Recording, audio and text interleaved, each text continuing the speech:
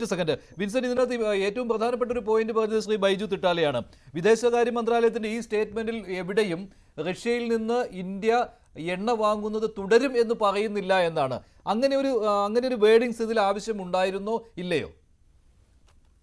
അല്ല, അതിപ്പം വാങ്ങില്ല എന്ന് പറഞ്ഞതിലും കാര്യമില്ല. ഈ സ്റ്റേറ്റ്മെന്റ് ഒക്കെ വളരെ ഡിപ്ലോമാറ്റിക് ആയിട്ടുള്ള ഭാഷയിൽ പൊതിഞ്ഞ വാക്കുകളാണ്.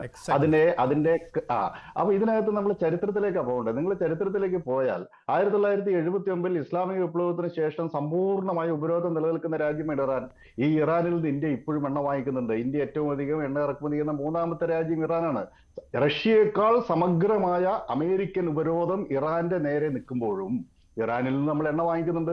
മറ്റൊരു പ്രധാനപ്പെട്ട ഒരു വാർത്തയുണ്ട്. വീണ്ടും ഇന്ത്യക്ക് ട്രംപിന്റെ താരിഫ് ഭീഷണി വന്നിരിക്കുകയാണ്. നമ്മൾ ഈ ചർച്ച ചെയ്യുന്ന ഇതേ സമയത്താണ് പുതിയൊരു ഭീഷണി കൂടി വന്നിരിക്കുന്നത്. 24 മണിക്കൂറിനുള്ളിലാണ് വീണ്ടും താരിഫ് ഉയർത്തും എന്നുള്ള ഭീഷണി. അതായത് 24 മണിക്കൂർ സമയമാണ് ഇന്ത്യക്ക് അനുവദിച്ചിരിക്കുന്നത്. അതിൽ ട്രംപ് ഇപ്പോൾ പറയുന്നത് റഷ്യയിൽ നിന്ന് വാങ്ങുന്ന എണ്ണയ്ക്ക് ആനുപാതികമായി താരിഫ് ഉയർത്തുമെന്നാണ്. അത്തരമൊരു സ്റ്റേറ്റ്മെന്റ് ആണ് ഇപ്പോൾ ട്രംപിന്റെ ഭാഗത്തു നിന്നുണ്ടായിരിക്കുന്നത്. അതായത് 25% നിന്നും ഉയർത്തുമെന്നാണ്. പിഴച്ചുങ്കത്തിന്റെ കാര്യത്തിൽ പറഞ്ഞിട്ടില്ല എത്രയായിരിക്കും എന്നുള്ള കാര്യം. അപ്പോൾ ഈ സ്റ്റേറ്റ്മെന്റ് അവിടെ ട്രംപിന് കൊള്ളുന്നുണ്ട്. അല്ല, ഇതിപ്പോ അടിയാൻ ജന്മി ബന്ധമൊന്നും അല്ലല്ലോ. അമേരിക്കയുടെ കുടികിടപ്പുകാരൊന്നും അല്ലല്ലോ നമ്മള്. അങ്ങനെ ഒരു എക്കണോമി അല്ല ഇവിടെ. ഞാൻ സൂചിപ്പിക്കുന്നത്, നിങ്ങൾ ഇറാന്റെ കാര്യം നോക്കുക. അവിടെ ചബഹാർ തുറമുഖം ഇന്ത്യ ഡെവലപ്പ് ചെയ്യാണ്. അവിടെ ഇന്ത്യ വലിയ ഇൻവെസ്റ്റ്മെന്റ് നടത്തുന്നുണ്ട്. അതുപോലെ ഉക്രൈൻ റഷ്യ യുദ്ധമല്ല യഥാർത്ഥത്തിൽ, റഷ്യ നാറ്റോ യുദ്ധമാണ്.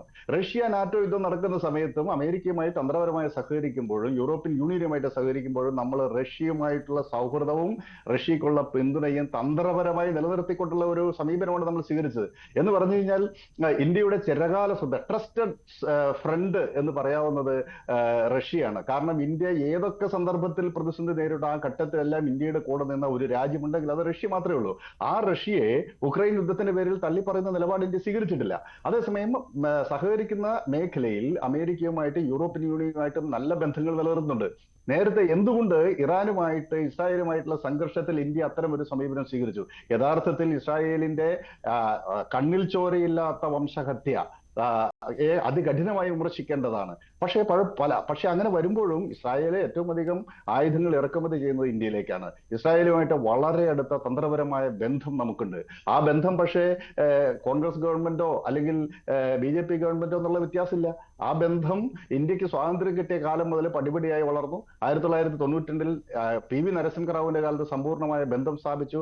അതിനുശേഷം അത്തരത്തിൽ ബന്ധം ഇസ്രായേലുമായി നിലനിൽക്കുന്നുണ്ട്. അപ്പൊ ഇതൊക്കെ ബാലൻസ് ചെയ്തുകൊണ്ട് മാത്രമേ അന്താരാഷ്ട്ര ബന്ധങ്ങളിൽ ഒരു സമീപനം സ്വീകരിക്കാൻ സാധിക്കുള്ളൂ. ഇന്ത്യക്ക് അമേരിക്ക ആശ്രിതത്വമുണ്ട്. $86.51 ബില്യൺ കയറ്റുമതി ഇന്ത്യ നടത്തുന്നുണ്ട്. അതേസമയം അമേരിക്കയിൽ നിന്ന് നമ്മളുള്ള ഇറക്കുമതി ഏകദേശം 45.33 ബില്യന്റെ വരുന്നുള്ളൂ. അപ്പോൾ വലിയ വ്യാപാര മെച്ചം ഇന്ത്യയും അമേരിക്കയും തമ്മിലുള്ള ബന്ധത്തിലുണ്ട്. അതുകൊണ്ട് ഈ താരിഫ് 25% ചുമത്തിയാൽ തന്നെ നമ്മളുടെ ടോട്ടൽ GDP-യിൽ 0.5% കുറവുണ്ടാവും. തീർച്ചയായിട്ടും അത് ഇന്ത്യൻ സമ്പദ്ഘടനയെ ബാധിക്കുമെന്ന കാര്യത്തിൽ തർക്കമില്ല. പക്ഷെ അതിന്റെ പേരിൽ ഇന്ത്യയും പരമ്പരാഗതമായ ബന്ധങ്ങളെ മുഴുവൻ ഒഴിവാക്കി ട്രംപ് പറയുന്നത് പോലെ കേൾക്കുക എന്ന് പറഞ്ഞാൽ പിന്നെ ഈ രാജ്യം പിരിച്ചുവിട്ടാ പോരെ. എന്തിനേറെ കൊച്ചു ക്യൂബ പോലും ഇത് അനുസരിക്കുന്നില്ല. പിന്നെയാണ് ഇന്ത്യയെ പോലെ അതിശക്തമായ ഒരു രാജ്യം ഈ 24 മണിക്കൂർ ഭീഷണിയെ അഭിമുഖീകരിക്കുന്നത്. ഇതിന്റെ അടിസ്ഥാനം എന്താ വെച്ചാൽ ഇന്ത്യയിൽ അതിശക്തമായ ദേശീയ ബോധം അലയടിക്കുകയും ഇന്ത്യൻ ജനങ്ങൾ അമേരിക്കക്കെതിരായി രംഗത്ത് വരികയും ചെയ്യും.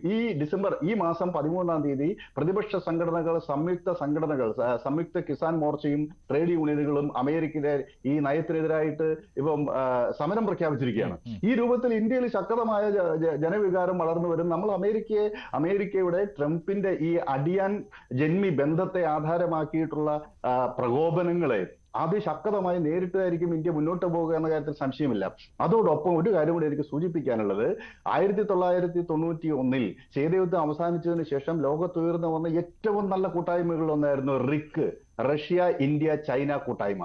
ആ കൂട്ടായ്മ നിലനിന്നിരുന്നുവെങ്കിൽ ലോകത്തിലെ ഏറ്റവും ജനസംഖ്യയുള്ള 2 രാഷ്ട്രങ്ങൾ, ലോകത്തിലെ ഏറ്റവും വലിയ രാഷ്ട്രവും ശക്തമായ റഷ്യ, ഈ കൂട്ടായ്മ തീർച്ചയായിട്ടും പാശ്ചാത്യ അമേരിക്കൻ ഹെജിമണിക്കെതിരായിട്ട് ഒരു വർക്കിംഗ് മോഡലായി മാറുമായിരുന്നു. പക്ഷെ അത് ആ രൂപത്തിൽ വരാത്തതിന്റെ പ്രധാന കാരണം ചൈനയുടെ നയമാണ്. ചൈന എപ്പോഴും ഇന്ത്യ ആർച്ചെനിമയായിട്ടാണ് കാണുന്നത്. ഇപ്പൊ നമ്മൾ ഓപ്പറേഷൻ സിന്ദൂർ എടുത്തു കഴിഞ്ഞാൽ അത് ഇന്ത്യയും പാകിസ്ഥാനും തമ്മിലുള്ള യുദ്ധമല്ല.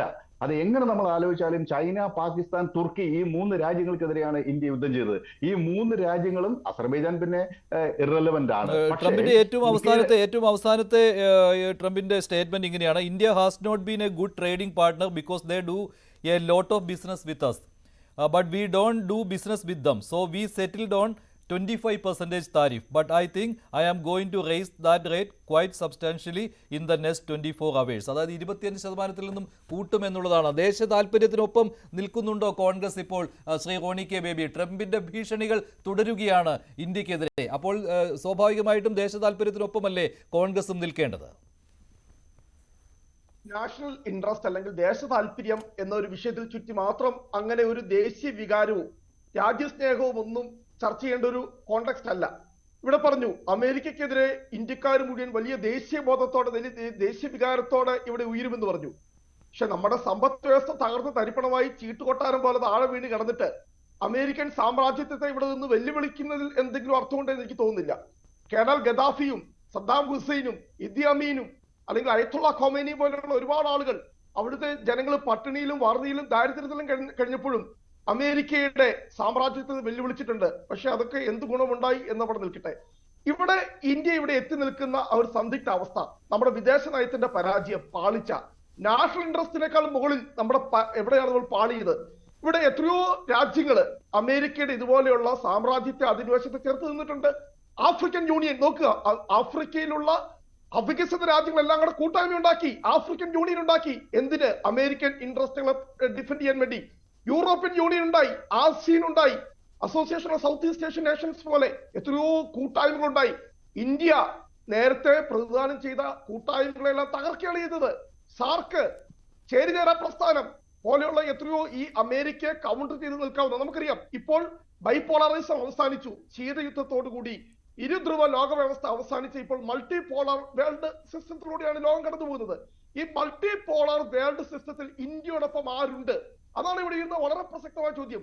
ഇന്ത്യ ഇങ്ങനെ ഒരു പ്രതിസന്ധി ഘട്ടത്തിൽ നിൽക്കുമ്പോൾ കഴിഞ്ഞ 10-12 വർഷം കൊണ്ട് അമേരിക്കയ്ക്ക് പൂർണ്ണമായും കീഴ്പ്പെട്ട് ഹൗഡി മോദിയും നമസ്തേ ട്രംപും ഒക്കെ പറഞ്ഞ് ഇവിടെ അബിബാർ, എന്താണ് മോദി പ്രസംഗിച്ചത്? അബിബാർ ഡൊണാൾഡ് ട്രംപ്. ലോകത്ത് മറ്റൊരു ഭരണാധികാരിയും പ്രസംഗിക്കാത്ത രീതിയിൽ അമേരിക്കയിൽ പോയി അബിബാർ ഡൊണാൾഡ് ട്രംപ് എന്ന് പറഞ്ഞ് പൂർണ്ണമായും അമേരിക്കയ്ക്ക് കീഴടങ്ങിയ, ഇന്ത്യൻ വിദേശ നയത്തെ പൂർണ്ണമായും അമേരിക്കയ്ക്ക് അടിയറവ് വെച്ച ഇന്ന് ഒരു രാജ്യം നമ്മുടെ ഒപ്പമില്ല. ഇവിടെ എനിക്ക് മുമ്പ് സംസാരിച്ച ബഹുമാനപ്പെട്ട വേണുഗോപാൽ പറഞ്ഞു രാജ്യം സാമ്പത്തികമായി വളർന്നു. ഈ രാജ്യത്തെ ജനങ്ങളുടെ പോക്കറ്റ് അടിച്ചുകൊണ്ട് 2022 ഈ റഷ്യ ഉക്രൈൻ യുദ്ധം തുടങ്ങുന്നതിന് മുമ്പ് ഇന്ത്യ റഷ്യയിൽ നിന്ന് ഇറക്കുമതി ചെയ്തുകൊണ്ടിരുന്നത് ഒരു ദിവസം 1 ലക്ഷം ബാരൽ ക്രൂഡ് ഓയിൽ ആണെങ്കിൽ ഇന്ന് ഇറക്കുമതി ചെയ്യുന്ന എവിടെ എത്ര കണക്ക് നിങ്ങൾക്ക് അറിയാമോ? 17 ലക്ഷം ബാരൽ പിന്നെ ക്രൂഡ് ഓയിലാണ് നമ്മൾ ഒരു ദിവസം ഇറക്കുമതി ചെയ്യുന്നത്. അതിലൂടെ ഉണ്ടാകുന്ന ഭീമമായ ലാഭം ഇന്ത്യ ഗവൺമെന്റിനാണ് ഭീമമായ ലാഭം പോകുന്നത്. ഇവിടുത്തെ സ്വകാര്യ കുറഞ്ഞ വിലയ്ക്ക് എണ്ണ കിട്ടുന്നത് നല്ലതല്ലേ? അതിനകത്ത് എന്തുകൊണ്ടാണ് കോൺഗ്രസ് ആ താല്പര്യത്തെ ബലി കഴിപ്പിക്കുന്നത്? ഇത് 2G സ്പെക്ട്രം സ്കാം നടക്കുന്നില്ലല്ലോ ഇവിടെ. നമ്മൾ out of the context 2G spectrum അവിടെ പോയി. എനിക്ക് കൃത്യമായി അതിനെക്കുറിച്ച് മറുപടി തന്നെ പറയാനുണ്ട്. അകാരണമായി 2G സ്പെക്ട്രം ഇവിടെ വലിച്ചിട്ടു. ഇവിടെ നിങ്ങളുടെ ഗവൺമെന്റ് തന്നെ അന്വേഷണം നടത്തി, സുപ്രീം കോടതിയുടെ മേൽനോട്ടത്തിൽ അന്വേഷണം നടത്തി. എവിടെ പോയി 2G സ്പെക്ട്രം? നിങ്ങളുടെ ഒരു CAG വെച്ചുകൊണ്ട് RSS അവർക്ക് താല്പര്യമുള്ള ഒരു കൺട്രോളർ ഓഡിറ്റർ ജനറലെ വെച്ചുകൊണ്ട് ഉണ്ടാക്കിയ കള്ളക്കഥ, അതൊക്കെ പൊളിഞ്ഞ് തരിപ്പണമായി. അതുകൊണ്ട് ഇനി 2G സ്പെക്ട്രം ഒന്നും അവിടെ പറയേണ്ടത്. ഇതിന്റെ അകത്ത് നടക്കുന്ന ഭീമമായ അഴിമതി കൃത്യം പറയട്ടെ. നമ്മുടെ ഇന്ത്യയിൽ നടന്ന റഫാലൊക്കെ എവിടെ പോയി?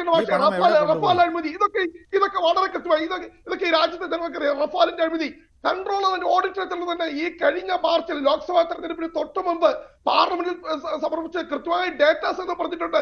എത്രയോ കേന്ദ്ര പദ്ധതികളിൽ ഭീമമായ അഴിമതി നടക്കുന്നു. നാഷണൽ ഹൈവേ പ്രോജക്ടുകൾ ഉൾപ്പെടെ വലിയ ഈ പറയുന്ന എക്സ്പ്രസ് വേ പ്രോജക്ടുകൾ, യമുന എക്സ്പ്രസ് വേ പ്രോജക്ടുകൾ ഉൾപ്പെടെ ഭീമമായ അഴിമതി നടക്കുന്നു എന്ന് കണ്ടെത്തിയത്. പിന്നെ ഇവിടെ നടന്ന അഴിമതി പണമല്ലേ ഈ പറയുന്ന ഈ ഇലക്ഷൻ ഫണ്ടിന്റെ രൂപത്തിൽ BJPക്ക് മാത്രം ഈ രാജ്യത്തെ മുഴുവൻ മൾട്ടിനാഷണൽ കമ്പനികളും വലിയ ബഹിരാഷ്ട്ര കുത്തകളും ഒക്കെ വലിയ കോർപ്പറേറ്റുകളും ഒക്കെ